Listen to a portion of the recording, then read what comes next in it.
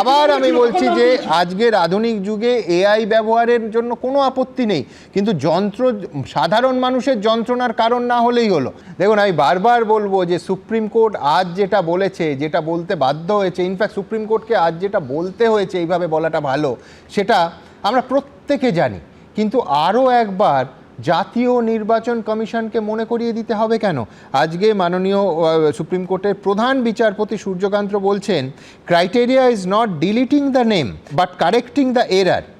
Correction has to be done in a transparent manner without any inconvenience to the voter. আমি বলছি এর থেকে সার সত্য গোটা প্রক্রিয়াটাতে আপনি কোথাও খুঁজে পাবেন না।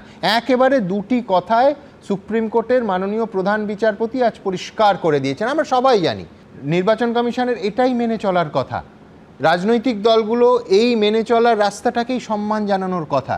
কিন্তু শুভময়দার কাছে আমার প্রশ্ন থাকবে যে এইখানেই সমস্যা, যে যেটা আমরা সবাই জানি, যেটা হওয়ার কথা সেটাই এই দেশে এবং এই রাজ্যে হয় না বলে আবার মাননীয় বিচারপতিকে মনে করিয়ে দিতে হয়, criteria is not deleting the name but correcting the error. Correction has to be done in a transparent manner without any inconvenience to the voter. সার কথা দুটি বাক্যে বলে দিলেন, আমরা কেউ জানি না, জানতাম না।